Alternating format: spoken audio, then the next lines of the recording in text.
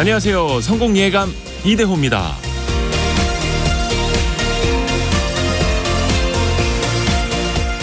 우리나라 20세 이하 축구 대표팀이 U20 월드컵 4강전에서 아쉽게도 이탈리아에게 졌습니다. 하지만 4강전에 올랐다는 것 자체만으로도 아주 좋은 성적을 낸 거죠. 잘했습니다. 우리 대표팀은 20세 이하 월드컵 대회에서 2019년 준우승, 2009년과 2013년 8강 진출 등 좋은 성적을 거두어 왔는데요. 성인 대표팀 월드컵 성적보다 훨씬 더 높죠. 그런데 성인이 되면 월드컵 성적이 크게 떨어집니다. 이건 다른 나라도 마찬가지인데요. 상대적으로 나이가 어린 팀들은 전력 차이가 크질 않습니다. 경험의 차이도 크질 않고요. 그러다가 성인 팀으로 올라오면서 여러 전력과 경험의 차이가 크게 벌어지게 되죠. 그리고 월드컵 순위가 비교적 고착화됩니다. 경제도 마찬가지 아닐까요? 선진국 레벨에 올라서면 성장률도 떨어지고 경제력 순위도 고착화됩니다. 약팀이 32강에서 16강까지는 도전해 볼 만한데 경제의 8강, 4강은 참 쉽지 않은 문턱입니다. 국민소득 3만 달러 시대에 접어든 뒤에 눈에 띄게 둔화되고 있는 대한민국의 경제 성장률. 다시 역동적이던 성장 시대를 만들었으면 하는 바람. U20 대표팀의 눈부신 선전이 성인 대표팀으로 이어졌으면 하는 바람과 똑같습니다. 6월 9일 성공예감 이대호입니다. 시작합니다.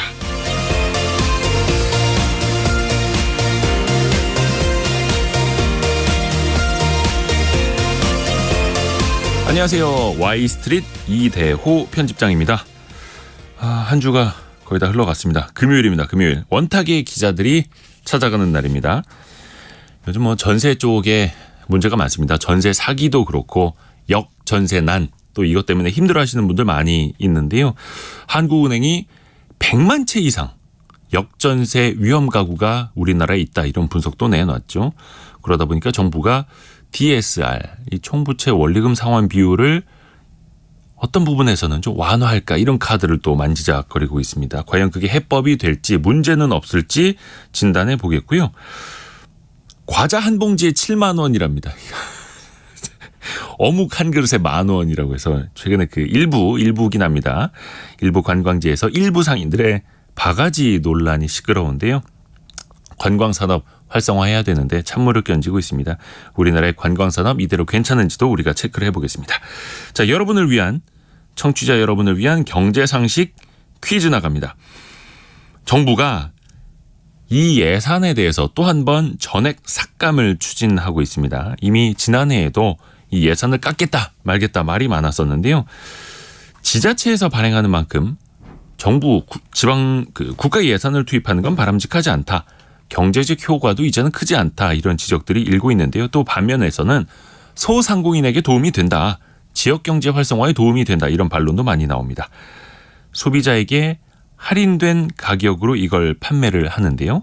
지역화폐라고도 많이 불리죠. 지역화폐. 해당 그 지역에서만 쓸 수 있고요. 7글자입니다. 땡땡땡땡 상품권. 이렇게 부를 수가 있죠. 그 4글자만 맞춰주셔도 됩니다. 지역화폐 아니고 땡땡땡땡 상품권 그 4글자를 맞춰주시면 됩니다. 짧은 문자 50원, 긴 문자 100원이 드는 샵 9730으로 샵 9730으로 참여해 주시면 되고요.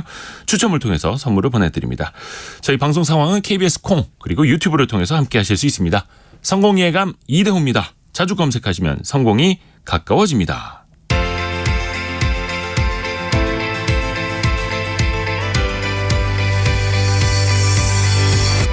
KBS 1라디오 성공예감 이대호입니다. 우와, 지금까지 저희가 문제 내드리고 선착순 막 이렇게 많은 분들이 퀴즈 정답 보내주시는데 정답이 안 보이는 게 처음입니다. 거기다 지역화폐라고 보내주시네. 그렇죠? 오답 대잔치. 근데 지역화폐는 아니고요. 예. 홍순자님. 역시 홍순자님이 정확하게 보내주고 계십니다. 네.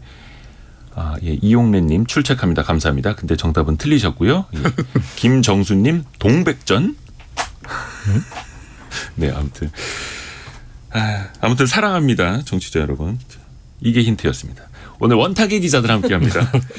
김치형 경제전문기자, 그리고 알고란의 고란 경제전문기자, 그리고 오늘은 머니투데이 방송 염현석 기자까지 함께합니다. 어서 오세요. 네, 안녕하세요. 염현석 기자는 원탁의 기자들은 처음이고, 네, 처음입니다. 이 앞에 있는 선배님들이 끼어들 틈을 안 줄 수도 있으니까 알아서 잘 끼어들어야 됩니다. 네, 오늘 부동산 또 전세, DSR 이 이야기부터 좀 해봐야 될 텐데요. 우선은 최근에 서울 지역 아파트 가격 반등했다라는 뉴스들이 굉장히 많이 들립니다. 이거 어떻게 판단을 해야 됩니까? 뭐 일단 수치가 올랐으니까요. 서울 아파트값 3주 연속 상승세고요. 수도권은 17개월 만에 반등했고요. 특히나 강남, 송파, 용산 이른바 비싼 지역 중심으로 오름폭은 확대가 되고 있고요. 매수 심리도 개선이 됐다라고 합니다. 그리고 뭐 대장 아파트 가격 이거 11개월 만에 상승세로 됐다. 그러니까 이른바 소위 말하는 여러 가지 지표들이 다 바닥은 찍은 거 아니냐라는 시그널을 보내주고 있어요. 하지만 이게 추세적 반등인지는 이 거래량을 봐야 되거든요. 근데 거래량이 뭐 아주 거래 절벽보다는 좀 낮습니다. 많은. 하지만 예전에 이른바 뭐 정상적이라고 하나요? 평균적인 주택 시장의 거래량에 비해서는 여전히 충분하지가 않기 때문에 이게 추세적인 반등인 건지 아니면은 그야말로 뭐 실수요자들이 뭐 약간 그냥 일부가 매수에 나선 건지 이건 좀 봐야 돼가지고 네. 어쨌든 수치는 올랐다. 반등한 거는 맞다. 그 뭐 네. 수치로는 나타나니까. 네네. 다만 여기에서 이게 과거처럼 추세적으로 올라갈 거냐, 뭐 여기에 대해서는 좀 갑론을박은 전망이 또 갈리고 있고요. 이게 김치영 기자. 가격이라는 게 평균으로 우리가 얘기하다 보니까 정말 비싼 아파트 뭐 또는 지역마다 좀 온도차가 있을 수 있고요. 그래서 네. 보통 이제 거래량을 많이 보는 게 고 기자가 얘기한 것처럼 서울 지역의 거래량이 뭐 월 기준으로 해서 한 3천 건 정도 아파트 거래가 있었다고 하거든요. 이게 20개월 만에 처음으로 3천 건을 넘어선 거라고 하는데 이전에 부동산 시장이 정상이었을 때를 보면 한 5천 건 정도 거래가 된다고 해요. 평균. 2020년에서 2021년 서울 아파트 평균 거래량이 한 5천 건 정도 되니까 거기에 비하면 아직도 거래량 자체가 워낙 적어서 이것만 가지고서 부동산 시장이 다시 정상화됐다라고 얘기하기는 좀 무리수가 있다라는 거고요. 그러니까 이제 바닥은 쳤는데 이게 여기서 위로 올라가느냐 아니면 쉬고 또 아래로 내려가느냐는 또 상황을 좀 봐야 된다라는 얘기가 되겠죠. 그렇죠. 거래량 자체가 많지 않고 또 일부 지역에서는 몇몇 거래만으로 반등한 것으로 보이는데 오히려 매물이 소화가 되는 게 아니라 매물이 더 늘어나고 있다. 이런 지적들도 나오고 있고요. 근데 일단은 경착륙만큼은 좀 피한 것 같기도 해요. 뭐 미분양 주택도 좀 줄어들었고. 근데 염현석 기자. 네. 그거 보기 전에 일단 거래량을 한 번 더 좀 자세히 거래량? 좀 살펴봐야 될 것 같은 게요. 네. 그 이른바 코로나 전국 이후에 경기가 한번 확 꺾이고 여러 가지 부동산 종합 대책 나오면서 한 5천 건 정도로 쭉 이어져 오다가 이제 거래 절벽이 온 건데요. 네. 사실 그 코로나19 이전 팬데믹 시절 이전의 거래량을 보면요. 보통 한 달 기준으로 10,000건이 넘어야 좀 호황이다라는 이야기들을 계속 했었습니다. 네.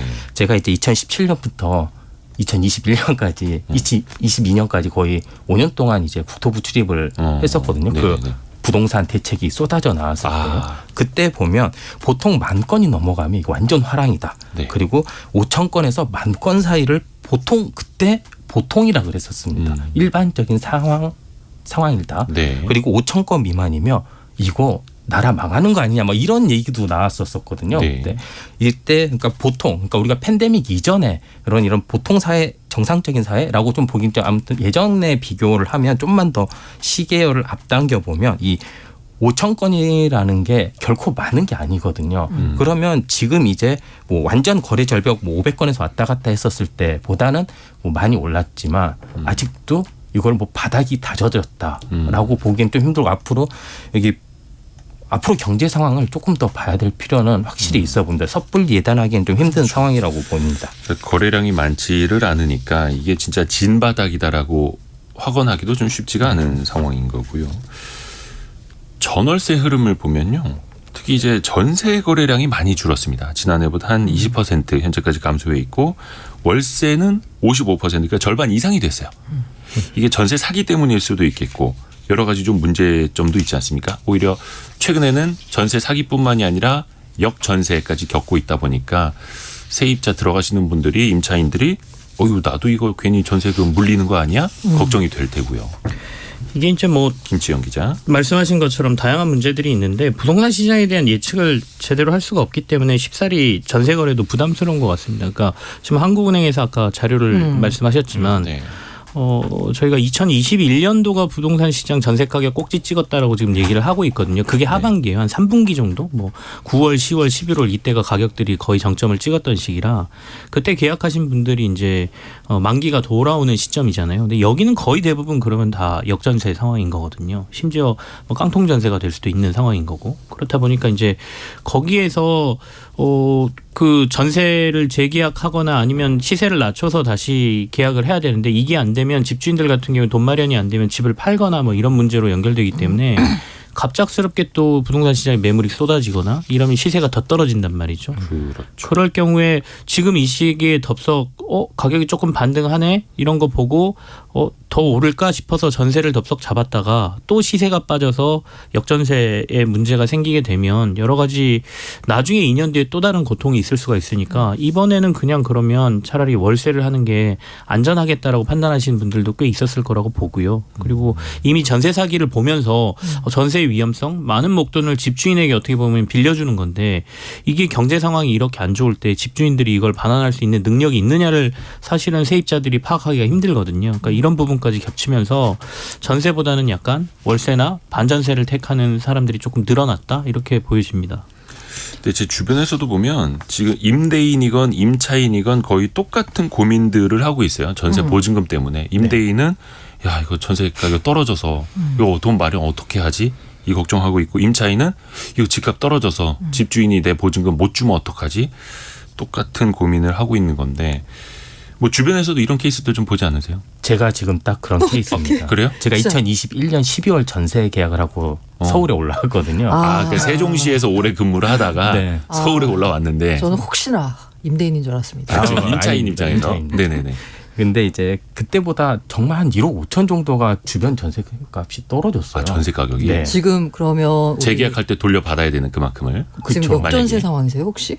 네. 역전세 상황이세요? 근데 이게 역전세 상황은 아닌 게 그래도 그나마 아파트다 보니까 이제 집값은 이제 버텨주고 그러니까 집값보다 전세값이 아직 비싸지는 않더라고요. 근데 일단 거래량이 없어요. 저희 동네에 별로. 네 어디든 요즘에. 네, 거의 거래량이 없기 때문에 이게 거래가 될지도 모르는 거고 다행히 그때 저는 그 허그 전세 보증보험을 좀 들어놨었습니다. 그때 코로나19 마지막 박앤세일 해서 네. 막 75% 이렇게 보증금 할인해 준 적이 있었거든요. 네이버랑 같이. 네.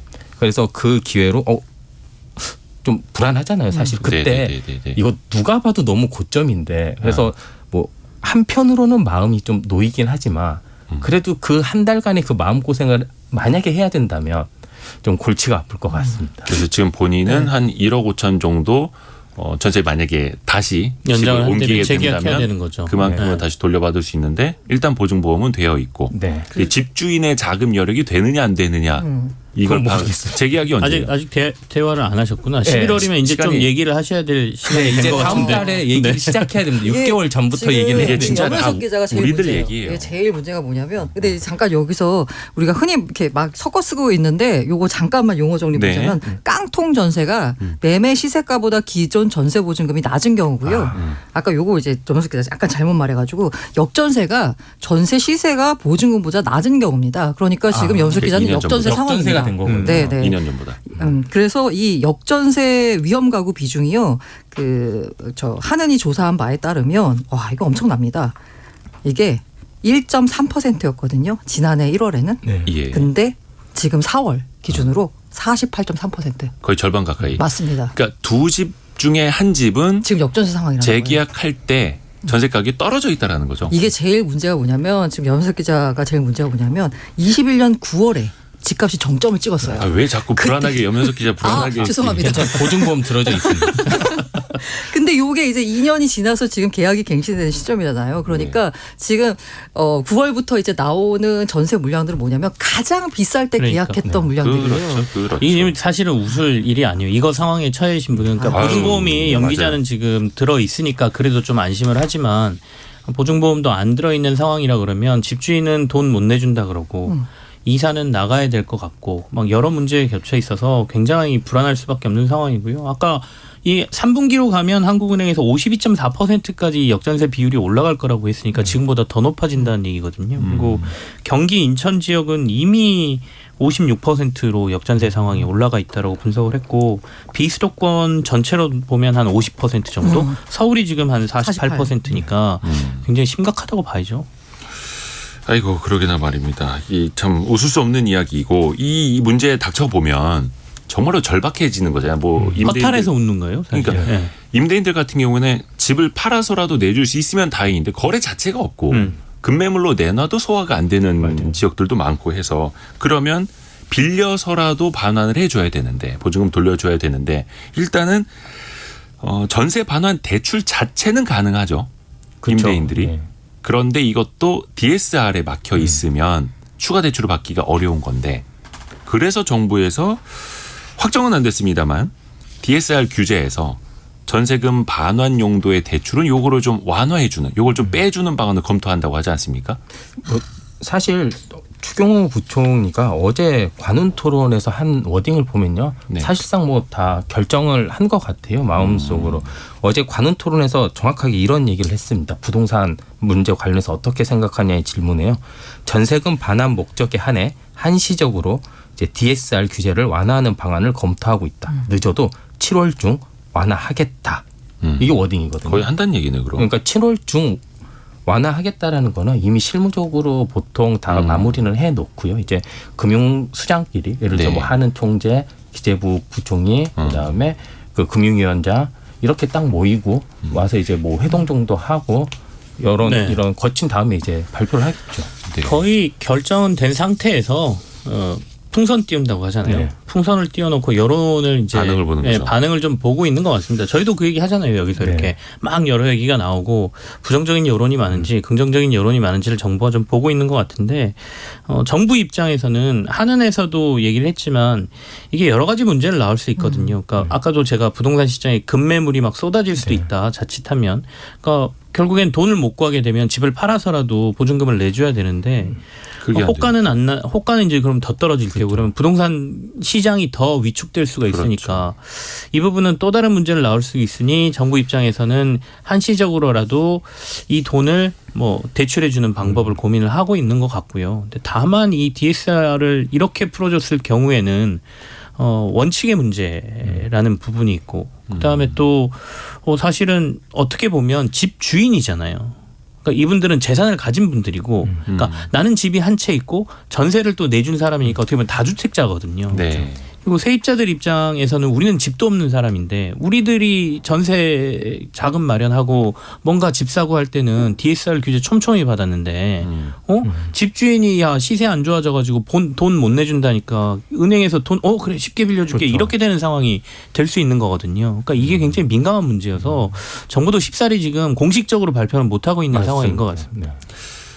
8784님이 대출 완화로 문제를 해결하는 건 다음 세입자에게 폭탄을 돌리는 일 아니겠습니까? 차라리 이참에 폭탄을 터뜨리고 문제를 해결하는 것이 좋지 않을까요? 라고 이제 이야기해 주셨는데요. 아유, 뭐 폭탄이 요거 비슷한 상황이 예. 2012년에 한번 좀 비슷하게 있었습니다. 제 생각에. 예. 그때 우리가 자산 관련해서 유명한 뭐 몇 가지 밈 같은 게 있잖아요. 그때 이제 코로나 전국 때 이제 급격하게 버블 일었을 때 벼락거지란 말이 좀 생겨났고 네네네. 그 이전에 제가 기억나는 게 이제 하우스푸어라는 얘기가 딱 생각나는데 그 맞아요. 2012년경에 이제 생겨난 말이었을 거예요. 그때 12, 13, 14년까지 네. 그 말들이 정말 언론에 도배가 됐었죠. 네, 그때 하우스푸어라는 얘기가 나왔을 때 지금까지 역전세나 깡통 정세 그때 이제 소위 이제 버블 세븐 지역을 중심으로 이렇게 쫙 네. 퍼져 있었던 거거든요. 근데 그때 당시 잠깐 살펴보면 부동산 대책이라는 게 이렇게 핀셋으로 이렇게 하는 게 아니라 전반적인 경기 호황을 그러니까 부동산 시장을 살리려는 대책에 다 주력이 됐었습니다. 그렇게 해서 이제 13년, 14년 이렇게 재건축 완화까지 하면서 이제 시장이 조금씩 살아난 상황인데요. 근데 그때 경제 상황이랑 지금 경제 상황이랑 이제 너무 상황 자체가 다르다 보니까 이제 그렇게 부동산 시장을 부양하는 정책을 쓸 수 없으니 지금 이런 얘기를 조금 하는 것 같거든요. 사실 DSR 지금 당장 그때도 여러 가지 사회 문제가 또 많았었고 그런 학습이 있기 때문에 이거 자칫 잘못했다간 큰일 날 수도 있겠다라는 상황도 벌어질 수 있기 때문에 아마 뭐 지금 이렇게 DSR 완화 당연히 이런 원칙의 문제 이런 거 다 알겠지만 뭐 얘기를 나오는 게 아닐까라는 생각입니다. 그래서- 세 분은 제가 좀 한번 여쭤볼게요. 이 총부채 원리금 상환 비율 DSR에서 뭔가 좀 한시적으로라도 전세 반환 대출을 좀 예외를 줘야 된다고 보세요. 어떠세요? 저는 찬성이고요. 예. 다만 전세 보증금 반환 대출에 한해서 만이거든요. 그렇죠. 만 DSR 그럼요. 완화 검토거든요. 근데 요거를 뭐뭐에 대해서 만 할 때 이거 걸러내는 거 쉽지 않습니다. 그 목적으로 받고 네. 그러니까 그렇죠. 이게 요거 DSR 완화를 통해 가지고 이른바 갭 투자 수요를 유발할 수 있다라는 거잖아요. 또 반대로. 그러니까 전세 보증금 진짜 반환 대출이 필요해서 이 사람한테 DSR 완화를 해줘야 되는지를 잘 걸러내야 돼요. 그거는 정부에서 세입자 통장으로 넣어주면 되겠죠. 그렇죠? 이게 뭐 세입자 여러 계좌로. 가지 편법들이 뭐 난무할 수 있기 때문에 요거를 이제 잘 걸러서 뭐 꼬리표가 달린 건 아니니까요. 돈에. 잘 걸러서 정말로 저는 진짜 사실 의자. 부정적인 입장이에요. 어. 네, 네. 그러니까 물론 시장에 좀 봐야겠죠. 그러니까 섣불리 지금부터 어떻게 보면 아직 그 정점까지 가지 않았고 아까 뭐 9월이 우리가 2021년도 가격의 정점이라고 얘기를 했고 뭐 수치들은 있지만 이것도 어떻게 보면 미리 분위기 띄우는 것처럼 보이기도 하거든요. 그래서 계속해서 이런 일이 터졌을 때 정부에서 결국엔 부동산 시장은 망가뜨리지 않는다라는 신뢰를 시장에다 주기 시작하면 부동산 시장이 가격이 오르는 건 정상이고 떨어지는 건 비정상이라는 사람들이 생각을 완전히 가지고 있는 상황에서 이거는 사실 갭 투자라고 저희가 얘기한 것처럼 사실상 투자를 한 거거든요. 투자 행위에 대해서 자산 가격이 빠진 거를 국가에서 계속해서 뭔가 보조를 해준다는 것 자체가 원칙적으로는 좀 문제가 있다라고 생각이 듭니다. 원칙만 근데 놓고 보면 네. 그런데 근데 투자 일단은 행위라고 하는데 그 투자 행위에 대한 결과는 사실 투자자 본인이 책임지는 게 그건 맞죠. 맞거든요. 그런데 이 전세 보증금 관련돼서는 투자 행위에 대한 책임을 투자자 본인이 집주인이 지는 게 아니라 지금 세입자가 지는 구조가 돼 있기 때문에 이 부분에 대해서 정교하게 걸러내서 그야말로 전세 보증금 반환 대출에 대해서 한시적으로 완화해줘야 된다. 결국에는 근데 DSR을 풀어주면서 이게 시장에 매물이 더 안 나오게 막아버리면 부동산 시장의 가격 부분도 문제는 있다고 봐요. 그러니까 물론 가격이 지금 많이 빠져 있지만 이 가격이면 부동산 시장의 정상적인 가격이냐라고 본다라고 하면 결국에 서민들이나 지금 집 없는 사람들은 여기서 가격이 더 빠지기를 바라고 있는데 정부가 가격을 막아주는 효과도 있는 거거든요. 그래서 이런 제도를 계속해서 정부가 이거는 세입자들을 위한 제도라고 하지만 결국에는 집주인을 위한 제도죠. 자기의 자산을 팔아서라도 이거를 세입자들한테 내주는 게 맞는 원칙인 거지 이걸 돈을 빌려서 아니면 다시 이 자산을 계속 유지할 수 있게 가격이 언젠가 오를 때까지 기다려주게 만드는 거잖아요. 그래서 제가 만이라고 한 게 뭐냐면요. 이게 만약에 집을 팔아가지고 이게 하는 그 정도의 뭐 예를 들면은 임차보증금 선순위 권리 그리고 집값 매매가 이걸 이제 합쳐봤을 때 뭔가 정말로 DSR을 완화해 줘야 된다라고 하는 판단이 나왔을 때 빌려줘야 된다는 거지 이게 갭 투자에 악용되는 걸 막아야 된다라는 말씀을 그래서 드린 거고요. 이게 이제 쉽지 않을 것 같다라는 게 현장에서 행정적으로 업무를 처리할 때 되는 우려라는 건데요. 앞서 말씀드린 대로 이거 한번 그러면은 뭔가 그냥 놔도 되겠냐 폭탄이 터지는 걸 계속 끌어안고 가는 거 아니냐 터뜨려야 되는 거 아니냐 하는데 아니죠. 터뜨리는 게 아니라 바람 빼기를 해야 되는 거죠. 그러니까 네. 터뜨리는 게 아니라 바람 이게- 빼야 된다. 연면석 기자. 저도 원칙적으로는 좀 반대라고 저는 네. 반대를 합니다. 왜냐하면 모든 거는 지금 정권의 기조 자체가 원래 뭐 자유를 좀 많이 강조를 하잖아요. 그렇죠. 이 시장을. 자유민주주의, 시장 경제. 그러면 시장에서 좀 해결하게 좀 놔둬도 좀 된다. 사실 그게 이번 정부의 기치기는 한데 실제 실행되는 한 번도 못 정책들은 그렇죠. 자유 시장에 맡기지를 않죠. 잘. 네. 그래서 뭐 저는 물려있기도 하지만 사실 그런 생각도 좀 합니다. 이게 어떻게 보면 단기간에 좀 힘들 수도 있지만 네. 시장 자체로 좀 정화가 될 수도 있다라고 보거든요. 정말 이렇게 아파트 정도 되면 사실 크게 상관없을 수도 있습니다. 서울에 있는 아파트, 예를 들어 뭐 경기권에 있는 아파트. 근데 이게 지역적으로 좀 불리하거나 거주종, 예를 들어 뭐 빌라라든지 다세대라든지 이렇게 정말 희망이 안 보이는 곳들도 있거든요. 너무 많이 떨어진다거나 이제 그런 경우에 이제 예외를 둘 수는 있겠지만 지금 당장 조금 이런 역전세가 우려가 된다고 해서 벌써 뭐 DSR 이런 거를 얘기를 완화를 얘기하고 이런 건 좀 약간 시기상조라고 생각합니다. 그러니까 이게 임대인을 위한 정책이냐 아니면 임차인을 위한 정책이냐 어떻게 보면 관점의 차이일 수도 있겠고 뭐 많은 분들이 또 문자 메시지 보내주시면서 본인의 생각들 많이 말씀해주고 계시는데 역시 좀 엇갈리는 것 같습니다. 생각들도. 근데 전반적으로 보면 지금 시중금리는 좀 내려오고 있지 않습니까? 네. 은행들의 주택담보대출 금리도 4%대로 좀 내려온 것들도 눈에 띄고 그러다 보니까 얼마 전에 나왔던 특례보금자리론보다도 이제 은행 금리가 낮아지는 시점도 올 것 같은 그런 흐름이에요. 또 여기에서 파생되는 걸로는 또 이러다가 다시 또 가계부채 확확 늘어나는 것 아닌지. 왜냐하면 언제든지 이게 또 촉발될 수 있는 매개체이기 때문에 이 부분에 대한 우려도 있지 않을까요? 이게 시장 상황을 사실은 아까도 우리가 뭐 바닥을 찍었냐 올랐냐 주택시장 상황에 대해서 얘기를 했는데 시장 상황에 대한 전망을 하기가 되게 애매한 상황이어서 다들 이런 문제에 대해서 얘기를 하는 것 같아요. 그러니까 시중금리가 떨어지고 있는 거는 금융채 금리가 좀 떨어지고 있어서거든요. 그러니까 전반적으로 기준금리에 대한 인하 가능성에 대해서 전망들을 많이 하죠. 그러니까 물론 조금 늦춰져서 내년부터 시작이냐 아니면 올 연말부터 시작이냐라고 보고는 있지만 빠르면 올 연말부터도 기준금리가 떨어질 수 있다라고 보기 때문에 시중금리는 지금 벌써부터 조금씩 그걸 반영하고 있다고 봐야 되거든요. 네.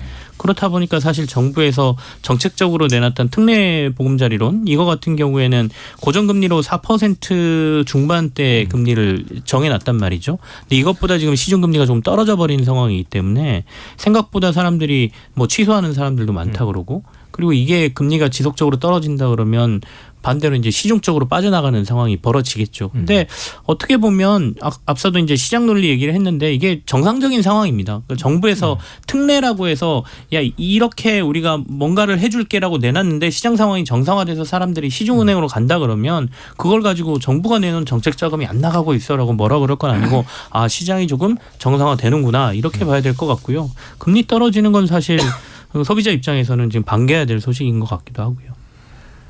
특례자가 붙었다는 것 그 자체부터도 특례.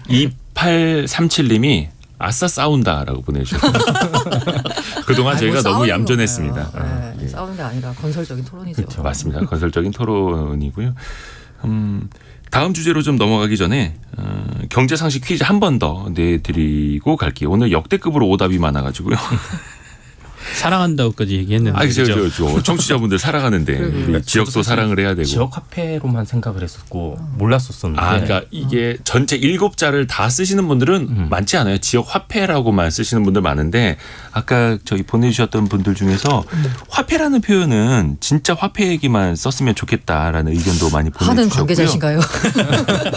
이게 헷갈리니까. 네, 하는 분이 굉장히 이거 싫어하더라고요. 어디에다 다. 근데 이제 많은 분들이 우려하시는 게 이거 할인율도 10%에서 뭐 7%로 떨어진 지역들도 있고 관련된 예산도 줄어든다. 근데 이거를 많은 분들이 글을 보내주시는데 학원에서도 잘 쓰고 계시다. 네, 학원이 되게 쏠쏠합니다. 이거 이제 할인해서 팔잖아요. 네. 근데 이제 학원비 결제할 때 이걸 쓸 수 있으니까 이게 거의 오픈런입니다. 클릭 해가지고 받아야 되는 거예요. 뭐 이거 힌트 안 드려도 될 것 같은데 얘기하다 보니까. 그래서 사랑입니다. 예. 그래서 원래는 7글자인데 4글자만 맞춰줘도 되고요. 우리 지역을 이제 사랑한다라는 측면인데 처음에는 몇몇 지역에서만 시작이 됐는데 이거를 거의 전국적으로 모든 지역에서 다 쓰다 보니까 그래서 어떤 이제 정책의 효과가 떨어진 것 맞아요. 아니냐. 그래서 이게 문제예요. 이런 이야기들이 나오는 거죠. 짧은 문자 50원, 긴 문자 100원이 드는 샵 9730이나 KBS 콩으로 보내주시면 됩니다. 오늘의 움직임에 주목하고 세상의 흐름을 놓치지 않습니다. 여러분의 내일을 응원하며 성공의 열쇠를 함께 찾아갑니다. 성공예감 이대호입니다. 과자 한 봉지 얼마예요? 7만 원이요. 그럼 세 봉지는 21만 원이요. 그래서 갑자기 그 KBS 예능 프로그램인데 1박 2일 물론 그 뭐 제작진이나 출연진이 잘못한 건 아니고 거기 이제 나오셨던 한 전통시장 상인이라고 해야 될지 아니면 이제 잠깐 일을 하시는 분일지 모르겠는데 과자 한 봉지를 이제 7만 원에 불러서 이 바가지 논란이 일고 있습니다. 뭐 뷔페를 갈 가격인 것 같은데. 그렇죠. 거의 고급 식당을 갈 만한 가격인데 아유 왜 이렇게 이제 무리수를 던지는 분들이 왜 이렇게 나올까 이 생각부터 좀 같이 해봐야 될 것 같아요. 관광과 바가지 요금에 대해서. 일단 뭐 하루 이틀 된 문제는 아니었던 것 같고요. 그게 이제 TV의 유명 프로그램에서 나오다 보니까 더 여론이 크게 일어난 것 같은데, 저희가 관광지 가고 성수기에 가면 어느 정도는 시장 수요와 공급에 의해서 가격이 오를 수밖에 없는 상황이죠. 나는 가고 싶은데 그 지역에 뭐 방이 없다거나 아니면 너무 많은 사람들이 오기 때문에 상인들 같은 경우는 조금 더 이윤을 붙여서 팔고 싶고자 하는 욕구가 있을 테고요. 그런 것들인데 이제 도가 너무 지나쳤을 때 문제거든요. 근데 이번에는 조금 시청자분들이나 많은 분들이 과자 한 봉지 가격도 이게 전통 과자 뭐 이런 거였잖아요. 이 과자 가격이 한 봉에 7만 원, 그게 킬로그램이었나요? 아무튼 무게나 뭐 용량에 따라 좀 다르긴 하겠지만 네. 너무 과했다라고 판단하신 것 같고, 그런 사례들을 내가 실제로 관광을 다니면서 너무 많이 겪었고, 그럴 바에야 나는 이제는 뭐 해외도 풀렸는데 해외 가서 그냥 즐기는 게 더 나은 것 같아라고들 의견들을 주고 계시는 것 같습니다. 그 과자를 한 15kg, 30kg 산 거는 아닐 거예요. 저는 약간 이걸 보면서 이 상인분의 패기 이게 이제 방송에 나오고 그리고 한 봉지만 팔고 가자 이런 거. 약간 소위 약간 이 그 연예인 DC라는 거 많이 해주잖아요. 이 상인분의 오히려. 패기. 그렇죠. 약간 아니, 방송 시선은 내가 생각하지 예능이어서 않는다. 그랬나? 아니, 근데 예능이어서 웃기려고 그랬나? 그분이 그렇게 패기를 부릴 수 있었던 거는 주변의 시세가 비슷했을 수도 있다는 생각은 저는 솔직히 조금 그러니까 아니 약간 근데 저는 궁금한 네. 게 그 가격을 주고 그러면 사가신 분들이 있다는 얘기인가? 저는 그것도 궁금하고요. 이게 그 약간 그런 약간 축제 분위기에 와서 뭘 해가지고 이렇게 했는데 이게 약간 떠밀려가지고 사는 경우 있거든요. 한 1, 2만 원이면은 뭐 그냥 비싸네. 근데 뭐 한번 사 먹어보자 할 수는 있는데 선을 넘어도 이제 세게 네, 넘었고. 그쵸. 근데 사실 우리가 이번 사례는 너무 선을 세게 넘어서 회자가 그쵸. 많이 되는데 뭐 지역 축제 가면 원래 뭐 한 5천 원에 팔던 것도 만 원에 팔고 7, 8천 원 하던 거만 13,000, 14,000 하는 경우가 자주 있지 않습니까? 허다하고 네. 오히려 이제는 그게 당연하게 보이기도 하고. 근데 이게 문제는 또 지역 축제라고 해서 지역에서만 그냥 자체로 여는 게 아니라 예산이 들어간다라는 거죠. 지역 축제 각종 예산에 1년에 한 8,500억 정도 예산이 들어가는데 그럼에도 불구하고 국민들은 바가지를 쓰고 있다. 이러면서 그렇죠. 더 화가 나는 거죠. 그 축제를 봤더니 1년간 열리는 축제가 1129건인가 되더라고요. 그러면 이거 365일로 나누면 지금도 오늘 어딘가에서 그럼요. 예. 전국의 세 곳에서 축제가 열리고 있습니다. 물론 축제 기간을 단 하루만 산정했을 때도. 그리고 전체 예산이 한 9천억 정도 되고요. 이 가운데 사실 중앙정부 예산은 한 130억 정도밖에 안 되고 나머지는 지자체가 감당해야 되거든요. 그럼 지자체가 이 예산을 감당하려고 하면 지자체가 돈이 어디 있겠어요. 지금 중앙정부에서 세금 지원도 받는 마당에. 그러면 요거 자릿세 받아야 되거든요. 요 자릿세를 받아야지 그 예산을 메꿀 수가 있으니까 이 자릿세를 뭐 소위 말해서 지나치게 이제 비싸게 주는 거고, 게다가 지자체가 뭐라고 표현해야 되나, 이 사람이 많은 것도 아니다 보니까 이거 관리가 안 돼요. 그러다 보니까 통으로 중간 브로커 업체는 넘깁니다. 그럼 그 브로커 입장에서는 마진 또 챙겨야 되는 거잖아요. 그럼 최종적으로 그 가게를 임대하는 사람들 입장에서는 단 며칠 사이에 자릿세 100만 원, 200만 원씩 내야 되는 거거든요. 그러면 어차피 내가 여기서 더 장사해가지고 뭔가 신뢰를 쌓을 일도 아니고 한철 장사해가지고 바짝 땡기고 간다라는 마음에 바가지를 씌울 수밖에 없는 거죠. 제가 일본의 사례를 보니까 일본에서 지역 축제가 상당히 많이 있는데 상대적으로 바가지는 많지 않다고 해요. 여기는 각 지역의 뭐 우리로 따지면 보건소 단위에서 그 지역 축제에서 음식 장사를 하실 분들을 심사를 한다고 해요. 그러니까 위생 관리도 하고 위생 교육도 하고 실제로 음식을 어떻게 만드는지도 보건소 직원들 앞에서 시연을 해야 된다고 해요. 가격도 그렇고. 그리고 거기에 따라서 자격을 주는 거죠. 라이선스를.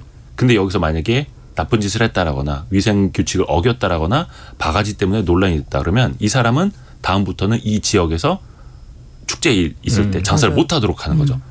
그러니까 이게 그 연속성의 문제라고 생각하거든요. 우리나라 같은 경우 되게 이제 오래된 지역 축제들도 있지만 대부분 다 비슷한 형식의 단기성 축제, 일회성 축제들이 되게 많거든요. 그렇다 보니까 사실 지역 축제를 가더라도 다 비슷한 거고 어디를 가나 다 똑같기 때문에 이게 연속성이 되기 힘드니까 내가 이 지역에 아까 고 기자 얘기하는 것처럼 계속 있을 필요가 없는 거거든요. 그러니까 한탕 이번에 한 번만 좀 크게 이윤을 보면 된다. 근데 일본 같은 경우에는 지역 축제가 굉장히 오랜 기간 동안 같은 컨셉으로 꾸준히 쭉 되고 있잖아요. 요게 네. 가장 결정적인 좀 차이라고 생각을 합니다. 거의 그 중고차 매매랑 똑같은 거죠. 다시는 안 볼 사이니까 그렇죠. 한번 그냥 한탕 치고 말자 이것처럼. 근데 지역 축제도 매년 혹은 계절마다 반복이 돼야 되는 거고 그 상인들을 다음에 또 온 그렇죠. 사람이 기억할 수도 있는 거고. 네.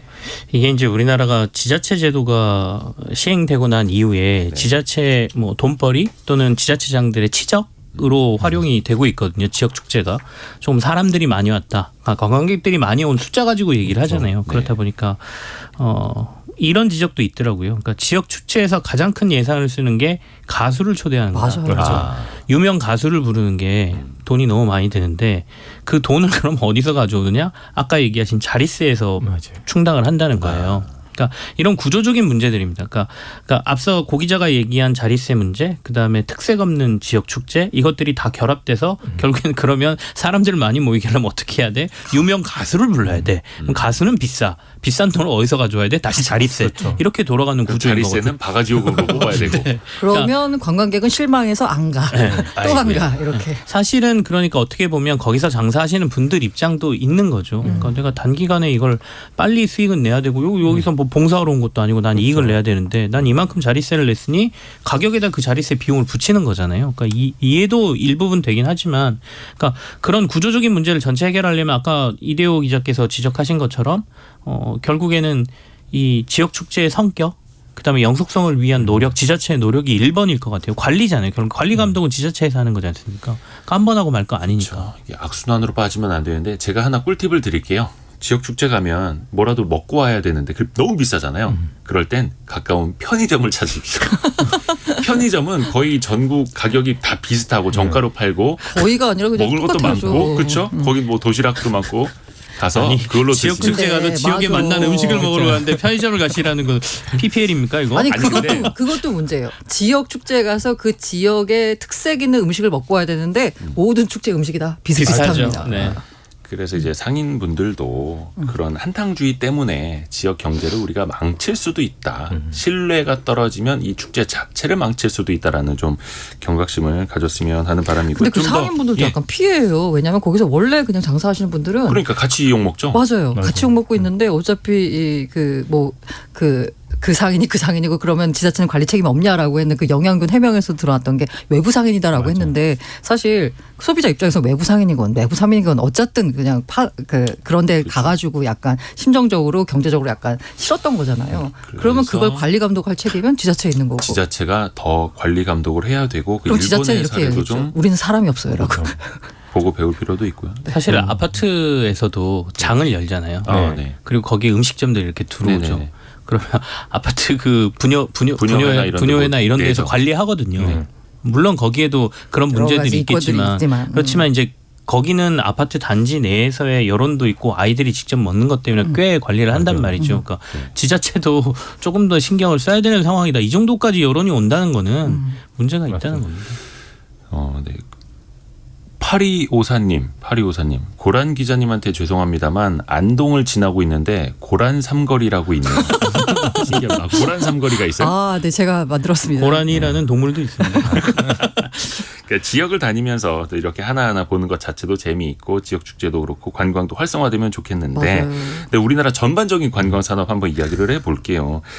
1분기까지만 여행 수지가 32억 달러 적자.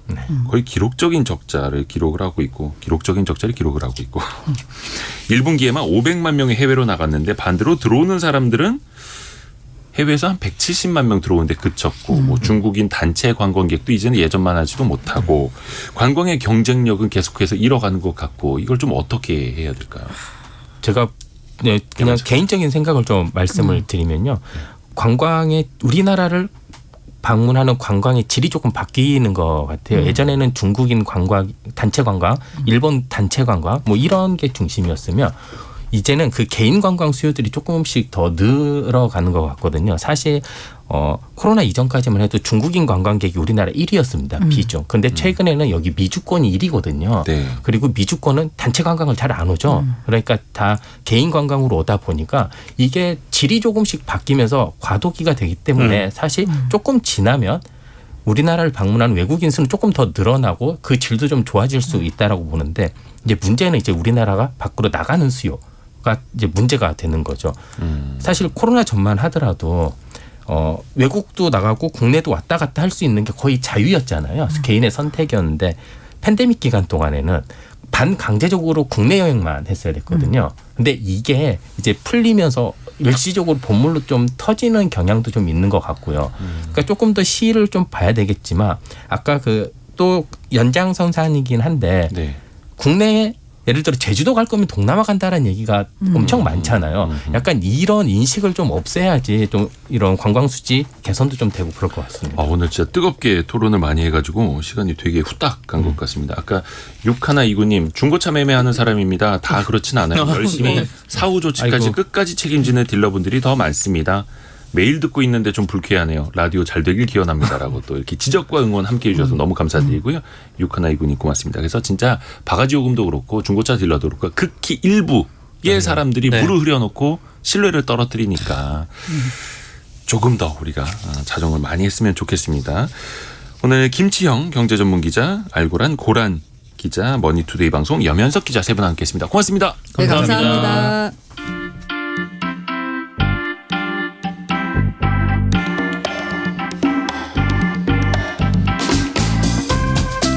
지금 여러분께서는 KBS 1라디오 성공예감 이대호입니다를 듣고 계십니다.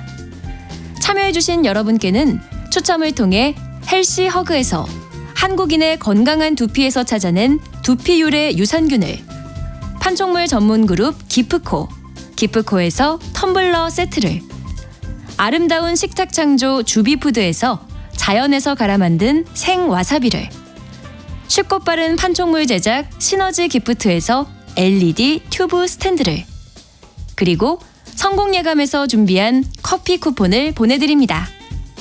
당첨자는 성공예감 이대호입니다 홈페이지에서 확인하세요. 지난해 교육부 자료를 보니까요. 초중고 320만 명의 학생들 중에서 5만 명이 넘는 아이들이 학교 폭력에 시달리고 있다고 합니다. 뭐 드라마 더 글로리가 큰 울림을 줬고 또 학교 폭력에 대한 경각심이 늘어나고 있는데 한편에서는 이 상처를 좀 보듬어주고 아이들을 좀 제대로 교육을 시켜줄 만한 공간도 점점 줄어들고 있는 게 아픈 현실입니다. 체험과 저널리즘을 합친 체얼리즘 시간, 머니투데이 남형도 기자와 함께합니다. 어서 오세요. 안녕하세요. 해맑음센터. 네, 해맑음센터를 다녔다고요. 맞습니다. 이게 학교폭력 가해자와 피해자가 예를 들면 같은 교실에 있으면 가해자는 멀쩡히 다니는데 피해자가 그만두기 시작하는 일이 생겼던 거죠. 그러니까 좀 마음 편하게 회복하라고 만든 공간인데요. 2013년 대전에 만들었고 수업을 들을 수 있고 일수를 인정해주는 이제 살면서 지낼 수 있는 기숙형 시설은 최초였던 거죠. 아, 기숙형 그리고 정식 학교. 네, 맞습니다. 교육부 지원을 받아서 학교폭력 피해자 가족협의회가 운영을 하고 있고요. 아예 학교란 말만 들어도 좀 힘들어하는 학생들을 위해서 학교란 이름까지 아예 다 빼버린 거예요. 센터라고 해서. 그래서 10년간 학교폭력 피해 학생 355명이 회복을 했습니다. 해맑음 학교라고도 할 수 있는데 학교라는 네. 이름을 그냥 아예 빼버렸군요. 그렇죠. 그러니까 학생들에게 아이들에게 트라우마가 맞습니다. 남아 있으니까. 근데 실제로 많은 학생들이 이제 앞에서도 5만 명 넘는 뭐 학교 폭력 이야기를 좀 했습니다만 네. 좀 제대로 된 도움이라도 좀 받고 있을까요? 그러니까 교육부 작년 학교폭력 실태 조사를 보니까 네. 가해 학생 35%가 장난으로 뭐 특별한 이유 없이 괴롭혔다 이렇게 답했지만 피해자 장난으로 고통은 그랬어요.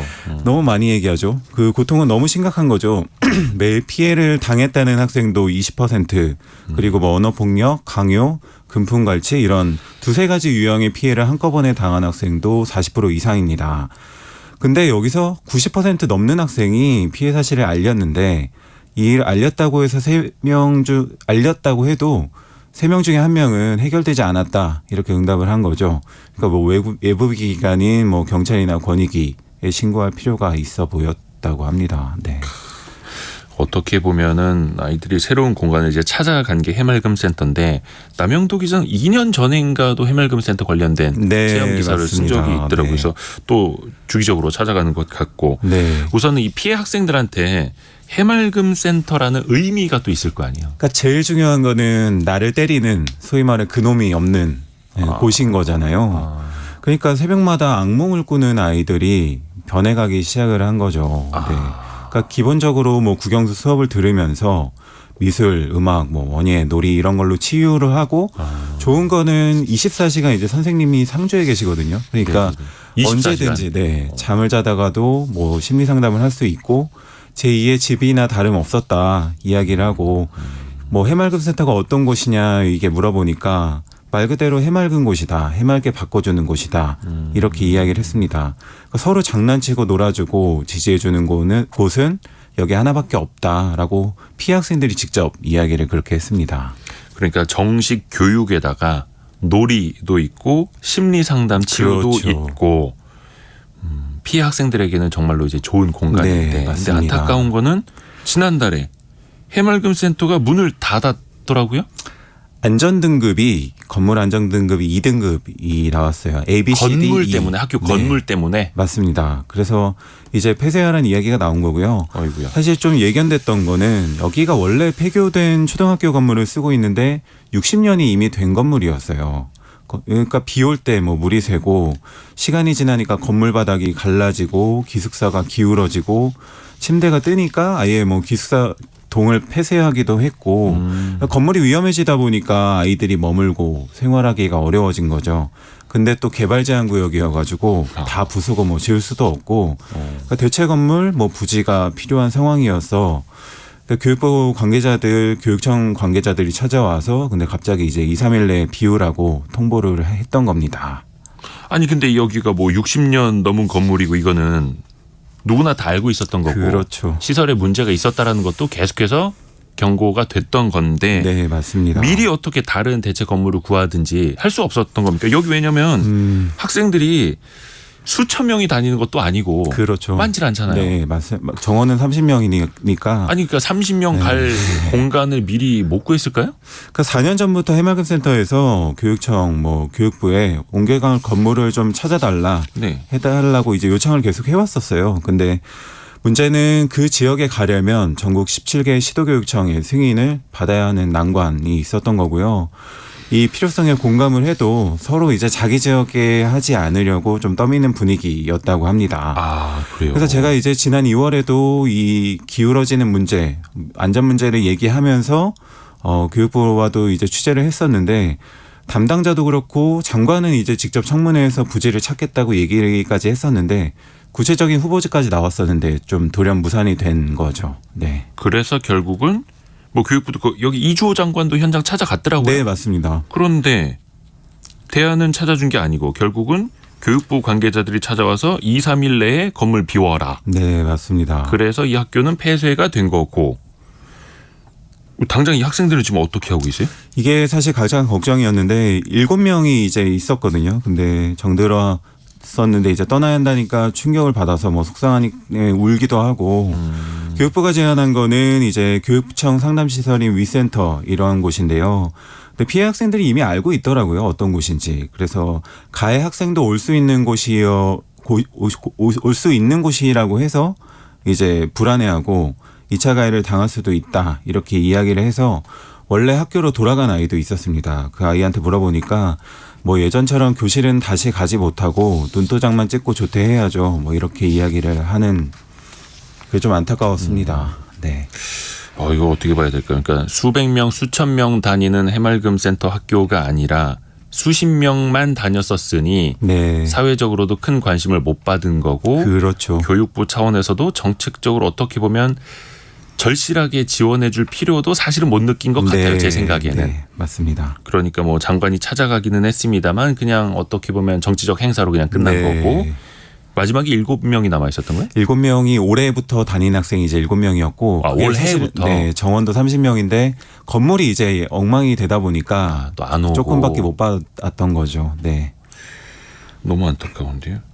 이렇게 학교 폭력에 피해를 당한 학생들 어찌 됐든 간에 마음의 치유를 좀 하고 또 수업도 받고 해야 되잖아요. 네. 어디서 이게 가능합니까? 그러니까 해맑음센터 문제를 살펴보면은 교육부 장관 말씀하신 것처럼 왔는데 이제 와서 시급한 대책이 필요하다라고 이야기를 했지만 뭐 구체적인 시기라든지 실제적으로 오래 쓸 수 있는 좋은 부지가 제시되지 않았습니다. 그래서 일단은 뭐 위탁 교육기관 정도였던 해맑음센터를 상향해서 국가 차원에서 뭐 치유 회복 기관으로 만들겠다 이렇게 이야기를 하고 있는 상황입니다. 네, 정부에서도 뭐 학교 폭력 근절 종합 대책 뭐 이런 거 내놓고 하지 않습니까? 네. 뭐 사실 임팩트 있는 대책은 기억에 남는 게 사실은 없고 네. 근본적으로 좀 어떤 고민을 해봐야 될까요? 그러니까 뭐 피해 학생도 가해자 분리할 수 있게 하고 뭐 접촉 금지도 의무화하고 했지만 무엇보다도 중요한 거는 피해자가 조기에 트라우마를 극복하고 정상적인 삶을 살 수 있도록 돕는 방안이 그러니까 이런 해맑음센터 같은 곳이 굉장히 좀 많아져야 되는 거죠. 이렇게 한 곳밖에 있는 게 아니라 그래서 학창 시절 기억이 평생 트라우마로 남기 때문에 후유증을 이제 피해자와 가족이 오롯이 짊어지는 경우가 많았는데 이거를 국가가 책임지고 좀 회복할 수 있게 적극적으로 돕는 방안이 필요합니다. 한편에서는 가해자에 대한 처벌을 강화해야 되고 피해자에 대해서는 치유도 더 많이 잘 그렇죠. 해줘야 되는데 네. 그나마 있던 해맑음센터는 문을 닫게 됐고 해맑음센터 같은 곳이 다시 그러면 문을 열기는 지금은 현실적으로는 불가능한 지금은 뭐 임시 시설 같은 게 제시되는 상황이고요. 그게 앞으로 좀 지켜봐야 할 것 같습니다. 임시시설. 네, 그 정도는 교육부랑 얘기가 되고 있어요. 네, 진행형인 거죠, 그러면 네, 아직도. 맞습니다. 아이고, 아무튼 좀 우리가 많이 관심을 가져야 됩니다. 이게 저출생 시대도 심각한데 그나마 있는 학생들도 우리가 못 지켜주는 어른들입니다. 머니투데이 남영도 기자 함께했습니다. 고맙습니다. 감사합니다. 저희 2부에서는 뭐 증시 이야기도 많이 해볼 텐데 그 MSCI 선진국 지수 편입 이게 또 이번에는 불발되는 것 아니냐 걱정이 더 커지고 있는 상황이어가지고요. 세계 경제 그리고 증시 투자 상황까지도 함께 짚어보겠습니다. 뉴스 한번 정리해서 싹 들으시고요. 10시 5분에 저희 다시 돌아오겠습니다.